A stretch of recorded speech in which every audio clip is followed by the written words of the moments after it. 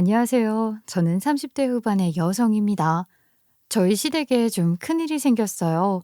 집안에 사람 한 명 잘못 들여서 콩가루 날 뻔했거든요. 하지만 끝은 통쾌한 그 이야기 지금부터 해드리겠습니다. 잘 들어주세요. 저희 집안 얘기를 하려면 시아버지 이야기부터 해야 해요. 아버님이 고생을 진짜 많이 해서 집안을 일으켜 세우셨어요. 아버님은 어린 시절부터 가난했었고요. 집에 빚도 많았다고 해요. 장남이셨는데 줄줄이 동생도 많아서 아버님한테만 지원을 해줄 수도 없는 상황이었다고 해요. 가난해서 굶는 날도 많았고요. 물로 배 채우는 날이 많았다고 합니다. 고등학교를 졸업하고 성인이 돼서는 공장으로 취직을 했대요. 그런데 하루 종일 일하는데도 손에 쥐어지는 건 얼마 안 되니까 현타가 세게 왔다고 해요. 그래서 돈을 많이 버는 일이 무엇인가 생각해 보다가 원양어선을 탔고요. 죽을 고비 몇 번을 넘기고 나서야 많은 돈을 줄 수 있었다고 합니다. 그래도 돈이 터무니없이 부족했다고 해요. 그래서 얼마 쉬지도 못하고 바로 사우디로 가서 건설 노동자로 일하셨다고 합니다. 그때서야 재산을 많이 축적할 수 있었다고 해요. 그래서 집에 있는 빚 갚고 줄줄이 동생들 공부도 시켰고 장가도 보냈고요. 그렇게 부모가 할 도리를 장남인 아버님이 다 하시고 나서 뒤늦게 결혼을 해서 가정을 꾸렸다고 합니다. 내 인생에서 제일 행복했던 시간을 꼽으라고 하면은 결혼하고 신혼여행 갔다가 딱 내 집에 와서 처음으로 저녁밥을 해 먹을 때 그때야. 나도 그때 메뉴까지 다 생각나. 된장찌개 계란 프라이였는데 그땐 요리도 못했거든.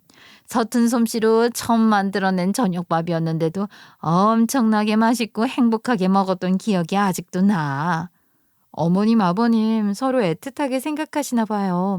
신혼 초기 때가 제일 행복했다고 하고 그때가 아직도 기억에 남는다고 하니까요. 정말 멋지세요. 저희도 그렇게 살고 싶어요. 이렇게 여전히 관계 좋은 비법이 뭐예요? 다른 거 없어. 우린 서로를 안타깝게 여겼거든. 그런 마음이 정말 결혼 생활에서 중요한 것 같아. 아버님과 어머님은 결혼 후 슬하에 2명의 아들을 낳고 키워냈어요. 그중 첫째가 제 남편이고요.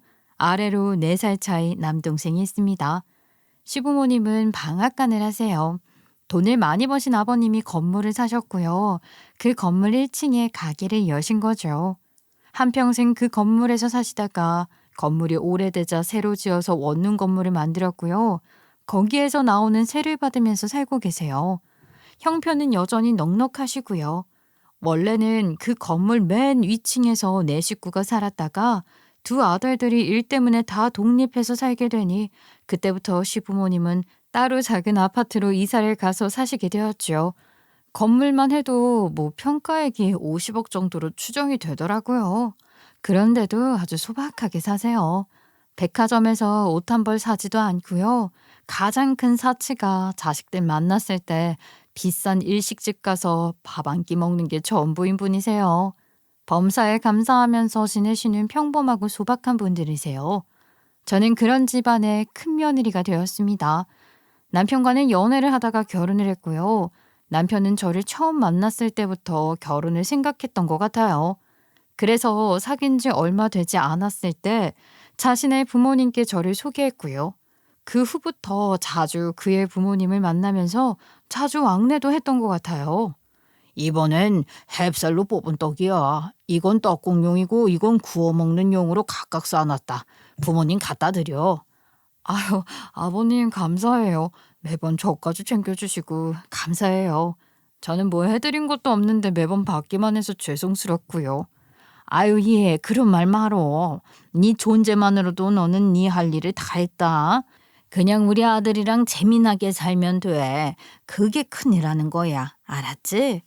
정말 너무도 집안 분위기가 좋았어요. 주변에서 하도 시댁에 대한 안 좋은 이야기를 많이 들어서 그런지 저는 전생에 무슨 덕을 쌓았길래 이런 복을 받나 싶을 정도로 시댁이 제 마음에 쏙 들었어요. 그래서 결혼 전부터 거리낌 없이 어머님, 아버님을 자주 뵀었고요. 사귄 지 얼마 안 됐을 때부터 자연스럽게 결혼을 준비하며 저희의 가정을 꾸리게 되었습니다. 그런데요, 아버님은 젊었을 때 하도 고생을 많이 해서 그런지 건강이 좀 안 좋아 보이셨어요. 제가 남편을 만나기 전에 풍이 2번이나 왔었다고 했고요. 거동도 어딘가 많이 불편해 보였어요. 제가 걱정되는 마음이 많이 들었지만 그럴 때마다 아버님은 병원 잘 다니고 있고 괜찮다는 말만 하실 뿐이었죠. 그렇게 몸이 안 좋은데도 불구하고 2분 다 점잖고 배우는 것을 매우 좋아하셨어요. 제 직업이 교사거든요. 2분은 제 직업을 굉장히 만족해 하셨습니다. 내가 사우디에서 일할 때 너무 힘들어서 정말 나쁜 생각들도 들었을 때가 있었어. 그럴 때마다 이런 생각이 들더라고.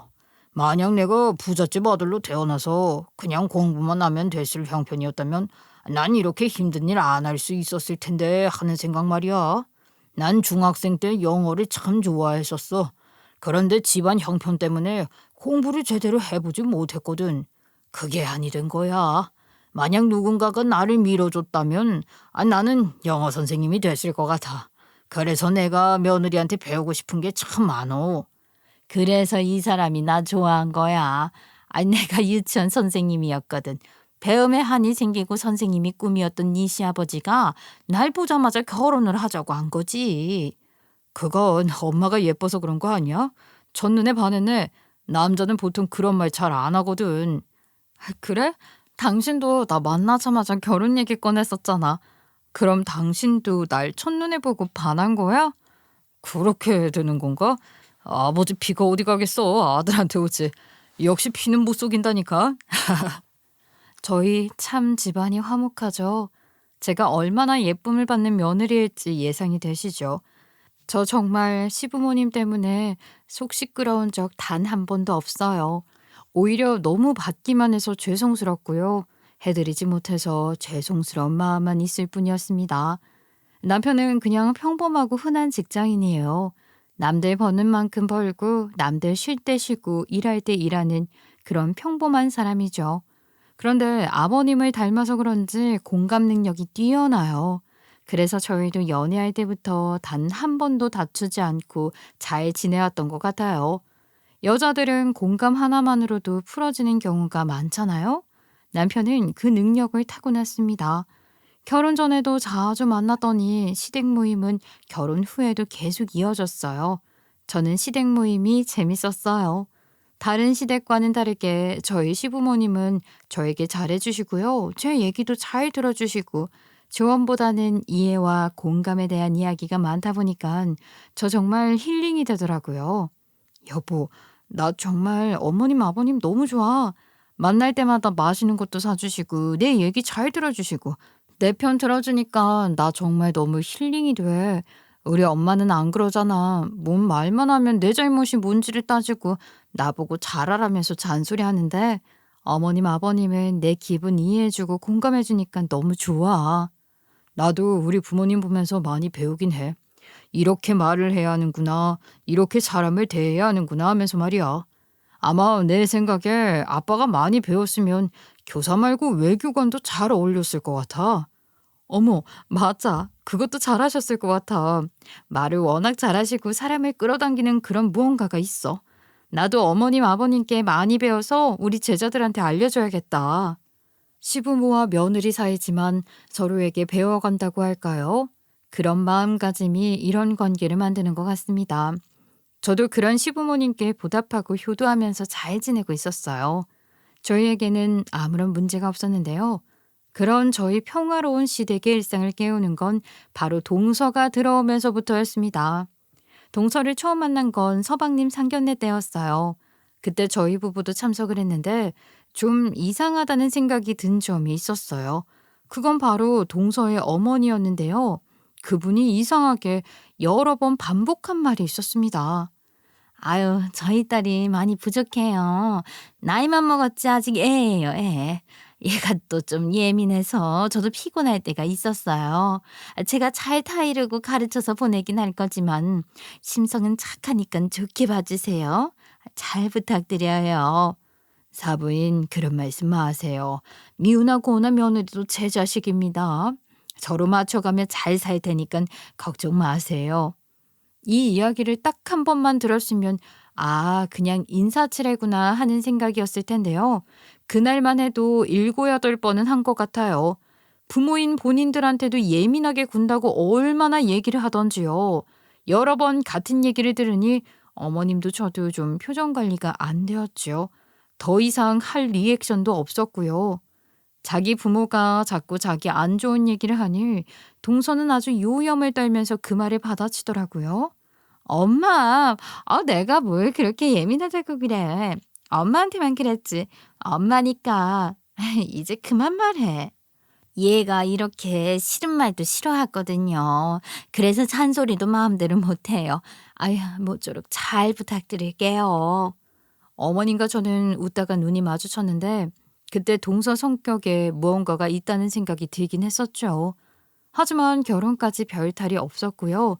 서방님께 이야기를 들어도 별 어려움 없이 결혼 진행하고 있다고 걱정 말라더라고요.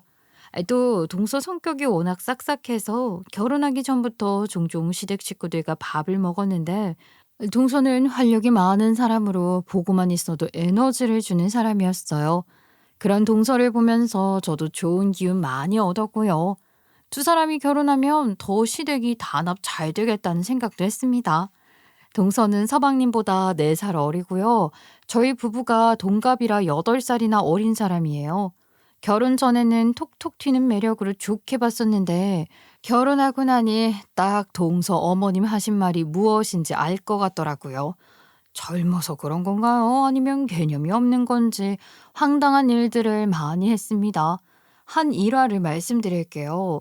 동서와 서방님이 결혼을 한 지 얼마 안 됐을 때예요.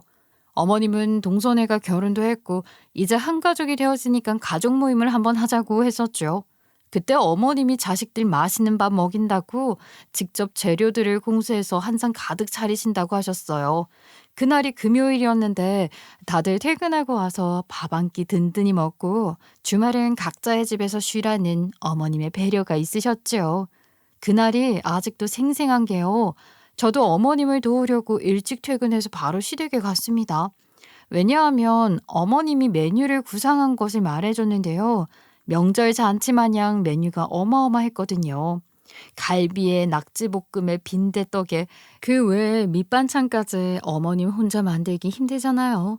그래서 일찍 퇴근하고 어머님을 도우러 갔는데 하지만 이미 한상 가득 다 차려놓으셨더라고요. 그래서 거들 것도 없었어요. 아유, 어머님, 어떻게 이 많은 음식을 혼자 다 하셨어요? 제가 도우려고 일찍 왔는데 도울 것도 없네요. 고생 많으셨죠?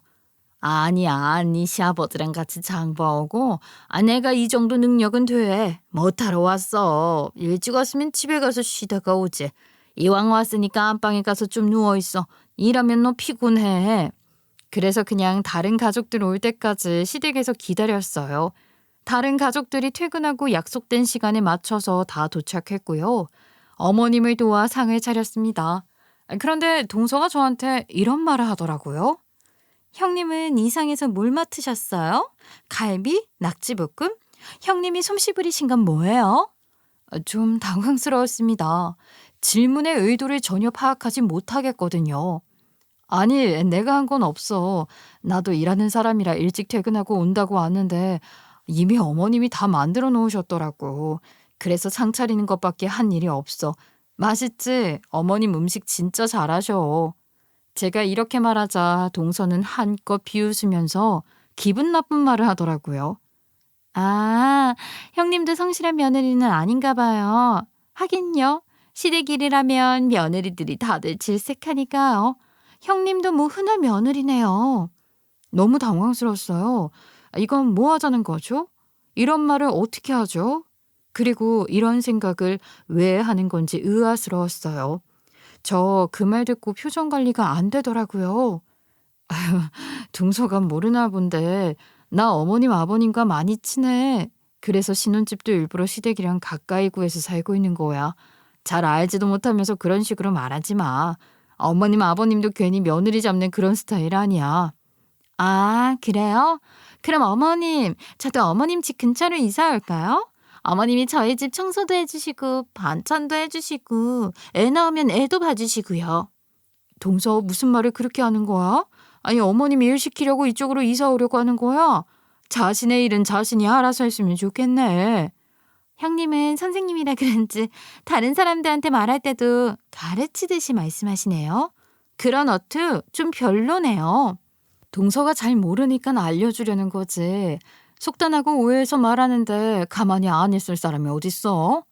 예, 그만들 해라. 우리 집은 다른 집과 달리 분위기가 좋아. 그런데 둘째 네가 싫다고 하면 우리도 부담스럽게는 안 할 거야.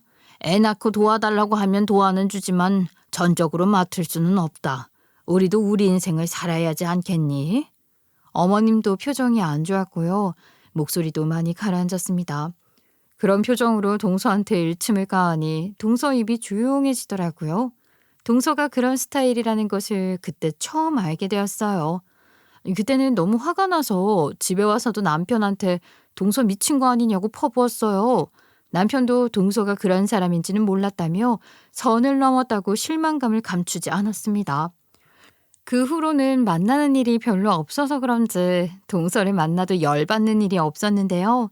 그로부터 2, 3년 후 시어머니 환갑 때 일이 또 벌어졌어요. 어머님 환갑은 팬데믹 때였고요. 그때는 몇 명 이상 모이지도 못했던 그럴 때였어요. 그래도 어머님 환갑이신데 그냥 지나칠 수가 없겠는 거예요. 그래서 가족회의를 했었는데 의외로 동서가 어머님 생신상을 차린다고 하는 거예요. 아무래도 밖에서는 음식점 못 가니까요. 제가 어머님 환갑을 맞아서 여러 가지 차려볼 테니까 저희 집에서 환갑잔치를 하는 게 어떨까요? 어머, 정말? 맞아. 어디 가서 밥도 못 먹긴 하지. 나도 그래서 4명씩 번갈아 가며 밥을 먹어야 하나 고민했는데 동서가 그래줄 수 있어? 물론이죠. 제가 솜씨는 없지만 상을 잘 차리니까요. 어머님 환갑은 저희 집에서 치르는 걸로 해요. 동서가 먼저 이렇게 나서주니 너무 고마운 거예요. 저희 집은 좁기도 하고 제가 솜씨가 전혀 없어서 그런 손님상을 차리려고 생각도 안 했거든요. 집에서 손님 치르는 게 얼마나 힘든 일인데요. 그런 동서가 기특해서 상 차림 비용으로 얼마 정도 동서한테 보내주긴 했습니다. 그런데요, 막상 어머님 생신날 동서네 집으로 갔더니 놀라지 않을 수가 없었어요. 저는 환갑이니까 요즘 환갑맞이 상차림을 위해 병풍이나 상을 꾸미는 용품들도 대여해 주니까 그런 걸로 꾸며보라고 조언도 했었거든요. 동서는요, 애들 생일 마냥 풍선으로 집안을 꾸며놓았고요. 더 황당한 건 음식이었습니다. 아니, 죄다 배달로 시켜놓았더라고요. 중국집에서 탕수육을 시키고 족발과 보쌈, 피자와 스파게티 이렇게 한 상이 차려져 있었습니다. 당연히 있어야 할 미역국이 없더라고요. 용품들도 죄다 일회용으로 준비를 해놨고요. 오자마자 어머님 머리에 고깔 모자를 씌우는데 저는 정말로 기겁을 했지만 어머님도 아무 말씀 안 하시길 저도 가만히 있었죠. 그런데요. 동서의 만행은 거기서 끝이 아니었어요. 밥을 다 먹고 치울 때가 되었는데 자자, 다들 잘 드셨죠? 그럼 밥값을 하셔야죠. 형님과 어머님은 저랑 같이 상을 치우고요. 아버님과 아주버님 그리고 남편은 쓰레기 버리고 맥주 좀 더 사오세요. 이렇게 자기보다 손윗 사람을 전두지휘하면서 일을 시키더라고요. 가만히 있으면 알아서 도와줄 텐데 말하는 뽐새가 재수가 없었어요. 더 이상 예의 없게 구는 게 너무 화가 나서 제가 거기다 대놓고 말했어요. 동서가 생일상 차려드린다고 부른 거 아니야? 이건 아니지. 무슨 사람 부리듯 윗사람들을 일을 시키고 그래. 가만히 있으면 우리가 어련히 안 하겠어? 동서 힘드니까 거들겠지만 이렇게 먼저 시키려고 하는 건 좀 이해가 아니지? 제가 싫은 말을 하니까 동서는 콧방귀를 뀌더라고요. 이래서 씨는 쉬라고 하나 봐요. 친정에서는 말 안 해도 알아서 나서서 도와준다고 하는데 하기 싫으면 하지 마세요. 제가 다 할게요. 저도 그 말에 화가 나가지고 막 나갔어요. 그래, 너 혼자 다 해. 어디서 어른들을 부려먹으려고 하고 있어. 야, 그리고 시댁이라 그런 게 아니라 네 머릿속에 개념이 없는 거야. 어디 어른한테 일을 시키려고 하는 거야, 썩스 없게. 야, 이딴 식으로 할 거면 부르지 말았어야지. 뭐? 밥값? 얘가 진짜 미쳤나? 저도 열이 받아가지고요. 다다다 동서의 만행을 일깨워주고 있었어요. 그래도 음식이나 꾸밈에 대해서는 한마디 하지 않았어요. 그건 견해의 차이가 있을 수 있다고 생각했었는데 그래도 어떻게 어른들한테 밥값을 하라고 하질 않나 일을 시켜 먹으려고 하는 게 괘씸해서 참을 수가 없었습니다. 저는 동서한테 퍼부었어요. 어머님 생신날에 제가 그러면 안 되는데 이건 또라이를 그냥 보고만 있을 수가 없겠는 거예요. 겨우 남편이랑 시부모님이 말려서 거기서 멈췄지만 제가 이렇게 말한다 한들 귓등으로 들렸을까 싶더라고요. 제 입만 아픈 거죠. 그렇게 어머님의 환갑은 환장의 파티로 끝이 났습니다. 다음날 아버님께 연락이 왔었어요. 그네야 기분 좀 풀렸어. 아니 아무래도 작은 애가 한다고 했지만 속이 크지 않은 것 같아. 그래서 그런 거라고 생각하는 게 마음이 편할 것 같아. 아버님, 어제는 죄송했습니다. 저도 손아랫 사람이 그렇게 개념 없는 짓을 하는 건 못 보겠더라고요. 큰 소리 내서 죄송해요. 그리고 동서와는 차차 풀어갈게요. 그래, 내가 널 많이 믿고 의지하는 거 알지? 마음 풀고 둘째 일을 너무 크게 생각하지 말고 기분 풀었으면 좋겠다. 네, 아버님. 걱정 끼쳐드려서 죄송해요. 그런데요, 아버님. 자꾸 동서를 봐주니까 계속 저러는 것 같아요. 어떻게 동서한테만 맞춰서 살아요. 그건 너무 화가 나서 못하겠어요. 동서가 잘못한 일이 있으면 혼내주세요. 그래야 배우는 거니까요. 아버님이 알았다고 해서 전화를 끊었는데 그렇게 말씀해 주시니까 기분이 풀리더라고요.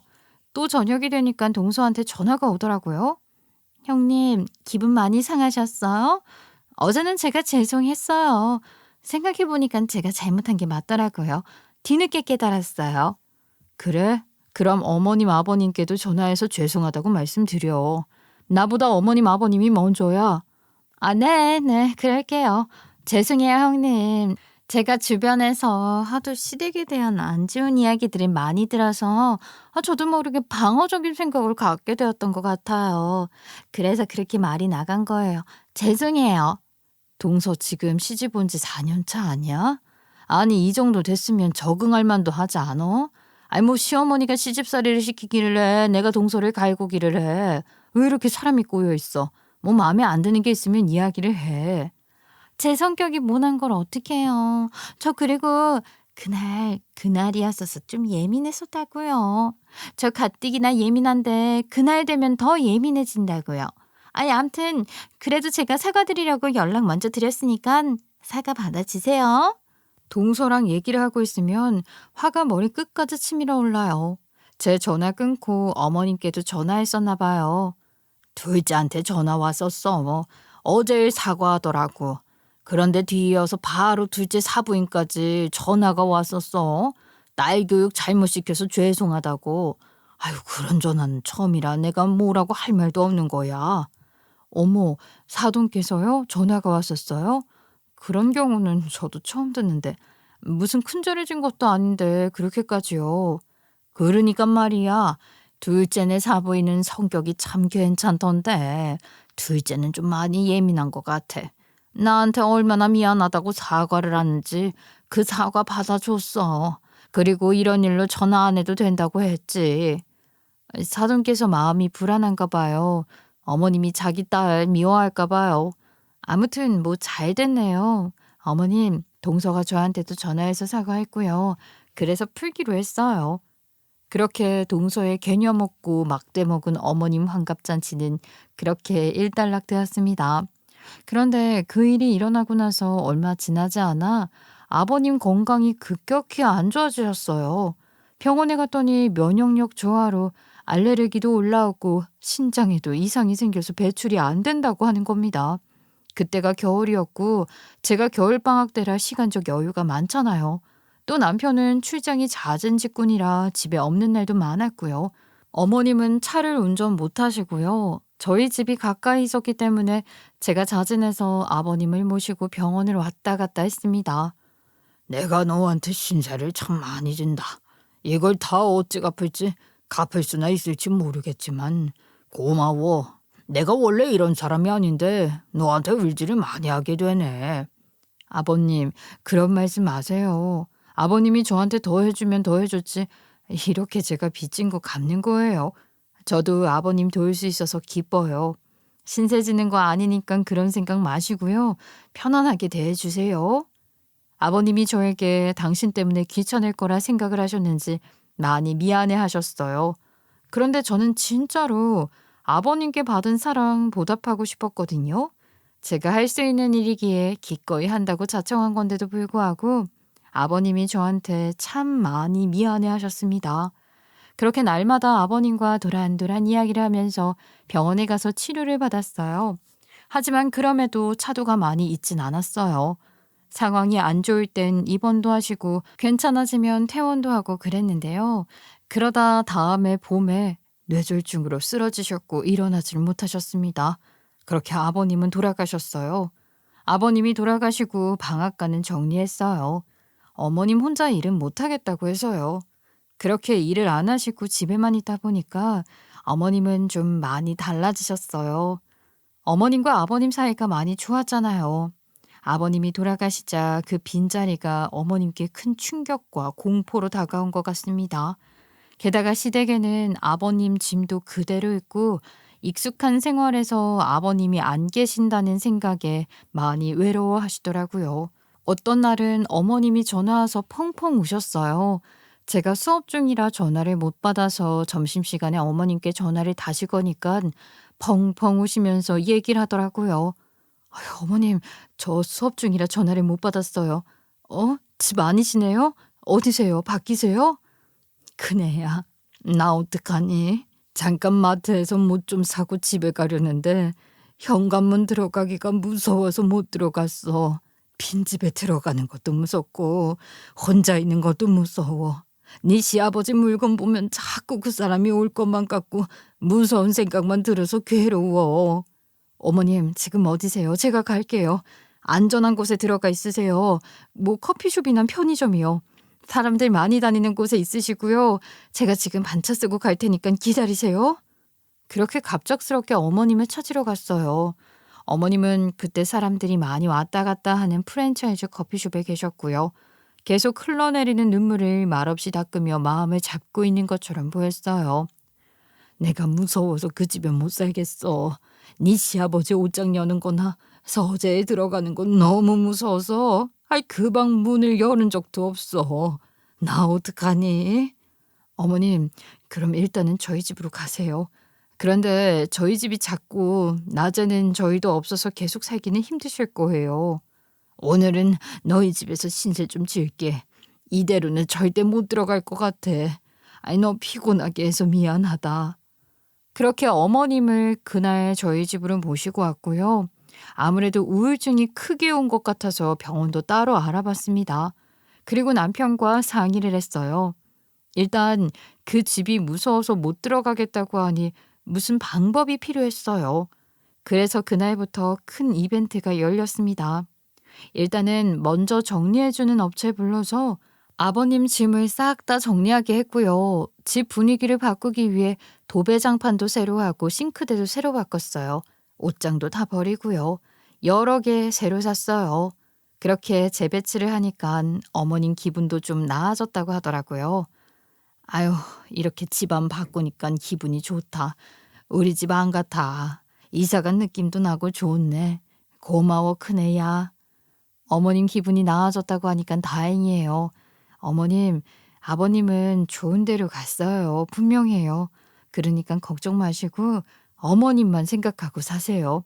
하늘에서 저희 지켜보고 계시는 아버님이 봤을 때 우리가 행복하게 살아야 마음을 놓으시죠. 그렇죠? 내가 그러면 힘을 내볼게. 고마워. 아유, 큰 돈 들여 썼겠는데 미안해서 어떡하니? 내가 살면서 잘할게. 이미 충분히 저한테 잘해주셨어요. 어머님, 제 마음이니까 그냥 받으세요. TV도 보시고 친구들과 고스도 재미없어도 치세요. 그렇게 어울리다 보면 기분이 나아질 거예요. 아버님과의 추억이 떠오르지 않게 집안의 이것저것들을 많이 바꿨고요. 어머님도 매우 흡족해 했어요. 기분 전환되었죠. 하지만 그것도 잠깐뿐이었습니다. 어머님의 좋은 기분이 오래가지 않았어요. 저희가 귀찮아할까봐 말씀을 안 하셨는데 동네 어머님 친구분이 저한테 알려주셨어요. 저희 어머님이 여전히 그 집 무서워하고 낮에는 자기들이 가 있긴 하지만 밤에는 비가 와도 문을 다 열어놓고 있는다고요. 하루는 밤새 성당에 있다가 아침에 돌아오셨다고요. 저는 너무 충격을 받았어요. 서방님네와 가족회의를 했습니다. 아무래도 어머님을 저렇게 혼자 놔두는 건 더 이상 하면 안 될 것 같아서 저 방법을 한번 생각해 봐야 할 것 같아. 어떻게 하는 게 좋겠어?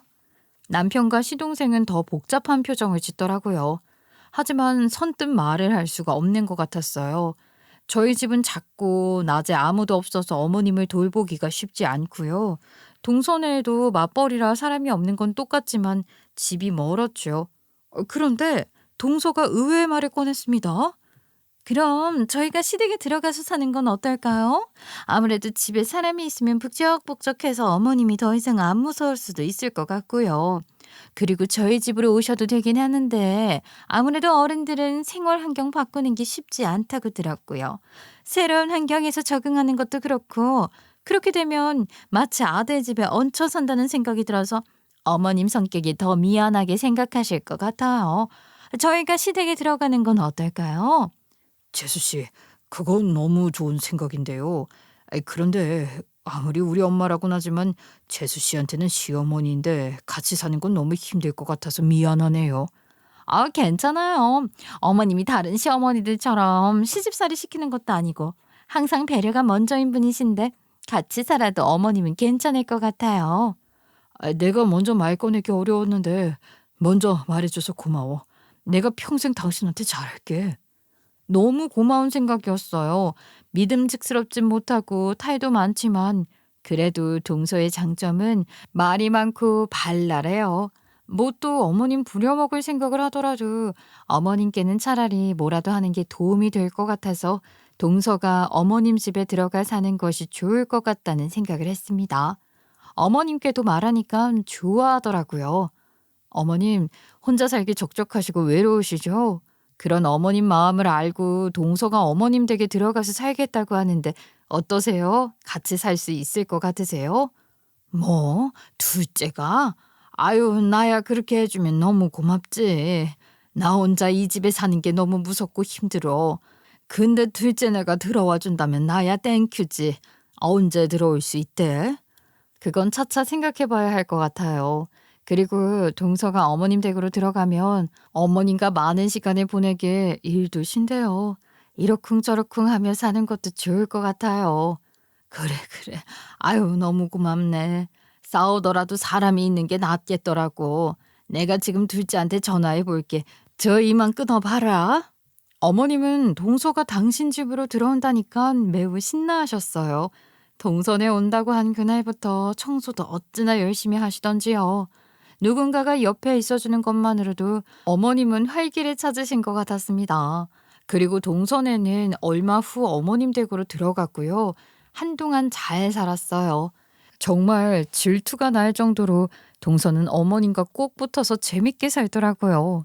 낮에는 찜질방도 가고 영화도 보러 가고 커피숍 투어도 다니고 보기 좋았어요. 제가 마음을 써준 동서가 너무 고마워서 종종 옷도 사주고 외식 상품권도 주고 그랬어요. 주말이면 제가 어머님과 함께 있겠다고 하면서 동서네 부부 여행 갔다 오라며 호텔도 잡아주고 그랬죠. 동서도 참 예의 있게 그것들을 고맙게 잘 받았고요. 싱글벙글거리며 즐거워 보였죠. 그렇게 저희 시댁에 아무 문제가 없어 보였는데요. 문제가 일어난 건 동서가 어머님네로 들어간 지 6개월이 지났을 때였어요. 어느 날 어머님이 저희 부부만 따로 불러서 이런 말씀을 하셨죠. 어머님 집으로 갔더니 저희 둘만 조용히 어머님 방으로 불렀어요. 은밀하게 이야기할 게 있구나 싶었죠. 그런데 그 말은 좀 충격적이었습니다. 나도 살면 얼마나 살겠니? 나도 몸이 예전 같지 않고 네 시아버지처럼 한순간에 갈까 봐 걱정이 돼. 날이 추워지면 뇌졸중, 중풍 이런 거 잘 걸린다는데 내가 앞으로의 일을 좀 미리 처리를 해두고 싶어졌어. 무슨 일? 뭐 따로 준비할 게 있어? 어머 혹시 재산 얘기를 하려고 하는 거야? 맞다. 네 아빠와 내가 열심히 일군 재산들 지금 정리를 하려고. 그런 생각은 예전부터 하고 있었어. 아이 그런데 작은 애가 나한테 너무 잘해주기도 하고 앞으로 계속 얘네랑 살 거니까 남은 재산 둘째 애한테 주려고 하는데 그래도 되겠니? 뭐라고? 남은 재산을 모두 다? 아니, 아이 엄마 그런 게 어딨어. 물론 재수 씨가 엄마한테 잘한 건 사실인데 그걸 다 준다고? 나는 뭐 자식도 아니야? 저도 많이 놀랐습니다. 어머님 재산을 모두 동선애한테 주겠다니요. 그런데요, 뭐라고 할 말이 없더라고요. 어머님 본인이 어머님 재산을 자기 맘대로 주겠다는데 누가 뭐라고 해요. 솔직히 말해서 씁쓸하기는 했어요. 누구나 그럴 거라고 생각해요. 첫째야, 네 생각은 어떠니? 내가 얘네들한테 모든 재산 다 넘겨도 되겠니? 내가 생활하면서 생활비도 내야 하고 요양원 가면 보살펴주는 비용도 다 내잖니. 그걸 주고 싶은 마음이야. 그리고 얘네 마음이 얼마나 고맙고 예쁘니. 그래서 나는 얘네한테 주고 싶다. 에휴, 저야 뭐 할 말이 없죠. 동서가 어머님 모시고 싶다고 먼저 말했었고요. 지금도 잘 보살피고 있는데 그건 너무 고맙고요. 어머님이 아버님이랑 한평생 일군 재산인데 어머님 마음대로 하고 싶은 대로 하시면 될 것 같아요. 저는 할 말이 없죠. 무슨 소리야? 아이 엄마 너무하는 거 아니야? 누가 엄마를 모시던 둘밖에 없는 자식 편애하지 마. 모시고 사는 대가가 너무 큰 거 아니야? 그렇게 하기만 해봐. 나 법정 소송을 불사하더라도 가만히 있지 않을 거니까. 아유 여보 화 좀 내지 마. 어머님이 알아서 하신다는데 당신이 왜 그래. 아직 어머님 돈이야. 그러니까 가만히 있어. 저는 흥분한 남편을 말렸고요. 어머님 마음대로 하라고 하면서 방을 나왔습니다. 그런데요. 그런 저희를 동서가 빤히 보더니 웃는 게 아니겠어요? 아니 그런 동서가 너무 얄미운 거예요. 형님 부러우시죠? 어떡해요. 형님은 속빈강정이네요. 아니 맏며느리면 뭐예요. 실속이 하나도 없는데. 사람은 그래서 많이 배운 것보다 똑똑해야 한다는 거예요. 아셨어요? 뭐? 동서 미쳤구나. 이제 뭐 막 나가는 거야? 어머님 등에 없더니 이제 눈에 뵈는 게 없구나. 왜? 어머님이 재산 준다니까 뭐라도 된 것 같아? 어머님 어떻게 꼬셨어? 내가 모를 줄 알아? 어머님께 어떻게 말했길래 재산을 지금 다 넘겨준다는 건지 모르겠지만 동서 어머님께 끝까지 잘해. 아우 주제넘는 말인 거 아시죠? 또 선생질이에요? 왜요? 부당하다고 생각하세요? 제가 어머님 모시고 재산 받으니까 부럽고 배 아파요. 아니 그렇게 꼬우면 저 노인을 모시던가요. 사람은 머리를 써야 하는 거예요. 머리를. 그리고 신세를 바꾸고 싶으면 덕을 쌓으세요. 부러워만 하지 마시고요. 뭐? 너 진짜 미쳤구나. 그런 마음으로 어머님 모신 거야? 와 이런 정신 나간 년을 봤나? 너 같은 게 왜 우리 집안에 들어와서 물을 흐리는 건지 예전에 동서 엄마가 했던 말 이제 이해가 되네. 너 마음 곱겠어. 그리고 그런 마음 가진 거 곧 후회하게 될 거야. 사람은 머리를 써야 하거든. 아유 그래요. 어디 한번 해보세요. 날아봤자 벼룩 아니에요. 어디 애써보세요 형님. 동서는 정말 사람 열받게 하는 재주가 있어요. 제가 여기서 가만히 있으면 호구되는 거잖아요. 그래서 다음 날 그년의 코를 납작하게 해주려고 서류 한 장을 뽑았죠. 제가 남편한테 먼저 그것을 보여줬어요. 그리고 어머님 갖다 드리라고 했죠. 그걸 보더니 혈색이 바뀌더라고요. 남편은 그날 반차까지 내면서 시댁으로 갔습니다. 일을 잘 처리했는지 그날 어머님도 동서도 서방님도 다 저한테 전화 오고 난리가 났었죠. 하지만 애타보라고 전화를 받지 않았었어요.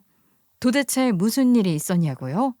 사실은 아버님이 돌아가시기 전에 저에게 어머님 사는 집 말고 방앗간이 있는 원룸 건물 있잖아요.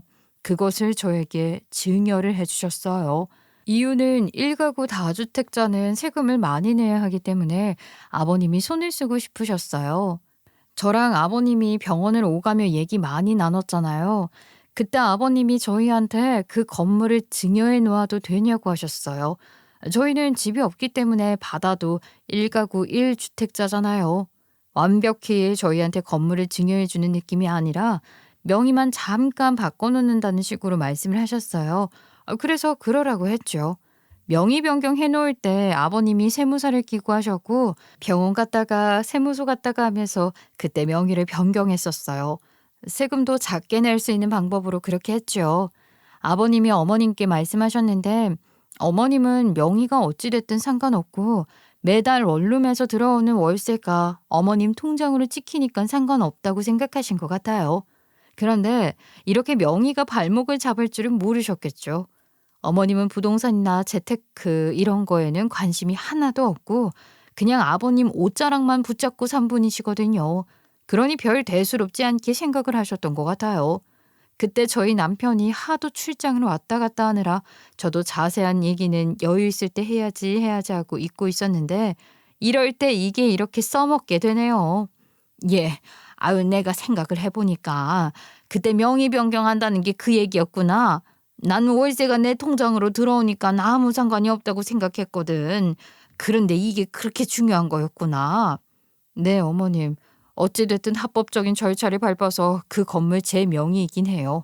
그러니까 그건 동서 못 주고요. 지금 어머님 집 있잖아요. 그건 어머님 명의니까 그거 주세요. 그럼 될 것 같아요. 제가 이렇게 말하니 동서가요 전화를 바꿔받으면서 으름장을 내더라고요. 형님, 명의가 형님이라고 해서 형님이 그 돈 다 헐락 먹을 순 없어요. 아시죠? 우리나라에서는 유류분 제도가 있어서 우리가 그걸 달라고 할 수 있어요. 아, 당연히 알고 있지. 유류분 청구 소송해. 그럼 소장 받아보고 내가 답변해 줄 거니까. 아버님이 이렇게 저한테 명의 변경을 다 해놓고 돌아가셨지만 서방님네가 유류분 청구 소송하면 줘야 한다고 저도 알고 있었어요. 그 정도는 각오하고 있었습니다. 그렇게 동선에는 시어머니와 함께 저한테 유류분 소송을 거네 마네 이 지랄을 떨었는데요. 저도 그땐 어머님도 동서도 서방님도 얄미워서 연락하지 않고 살았죠. 그렇게 몇 주가 지나간 것 같아요. 그런데 어느 날 시어머니가 피골이 상접해서 한겨울에 얇은 잠바만 걸치고 저희 집에 와서 배를 누르시더라고요. 아니, 어머님, 이게 무슨 일이에요? 왜 이렇게 야이셨어요? 무슨 일이 있으셨던 거예요? 큰애야, 나 어떡하니?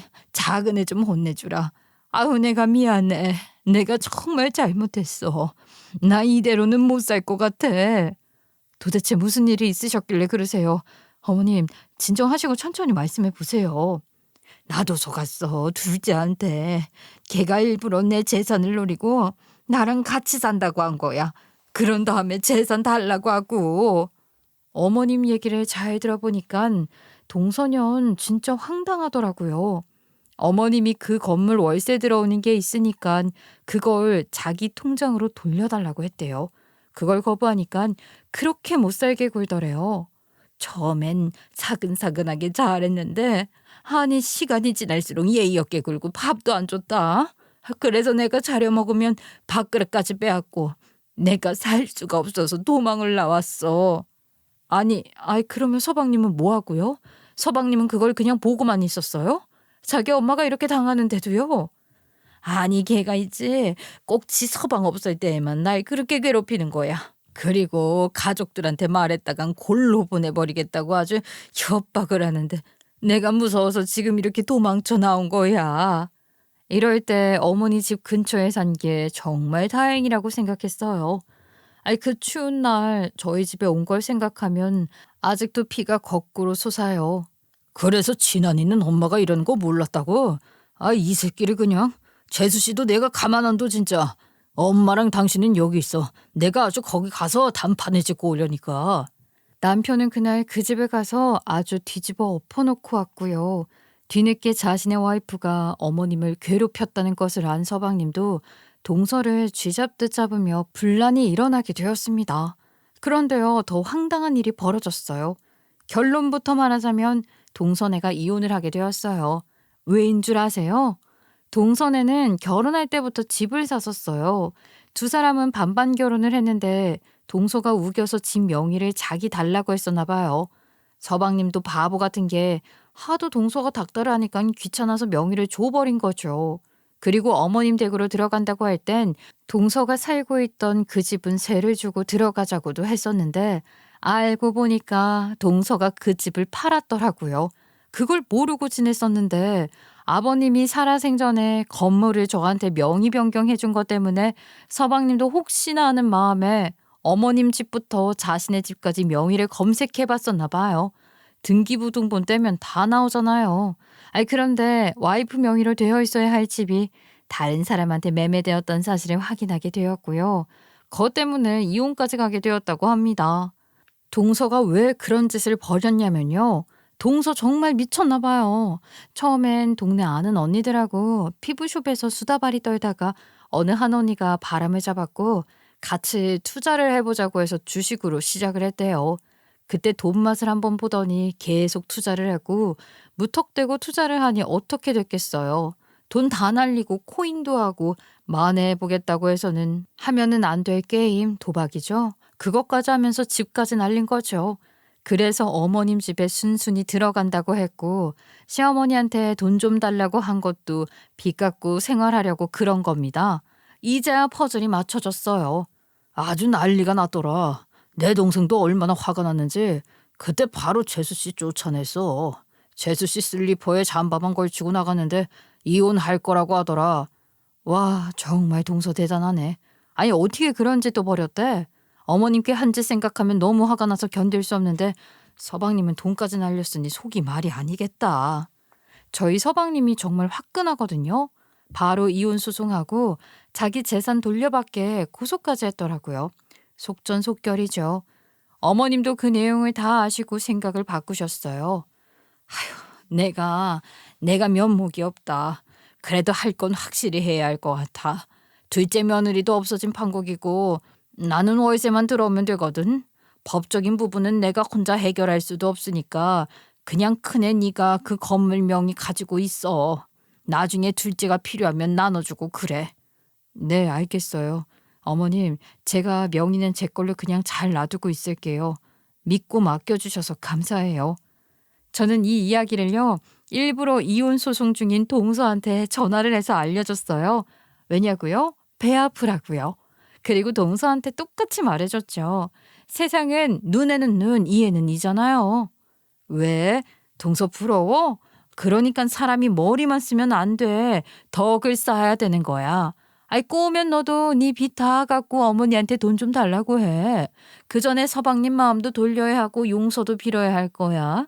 어떻게 어머님 밥그릇을 뺏을 수가 있어. 너는 그 일이 증거가 없어서 그냥 넘어가는 걸 다행으로 생각해. 형님, 저 진짜 억울해요. 밥그릇 뺏은 거 아니고요. 그냥 어머님과 다투고 밥 그만 먹고 얘기하자고 한 건데. 아이 그걸 그렇게 말하면 어떡해요? 네 거짓말 듣고 싶지 않거든. 아유 그만 닥치고 좀 꺼져. 그리고 죗값 치르면서 사람 좀 되라.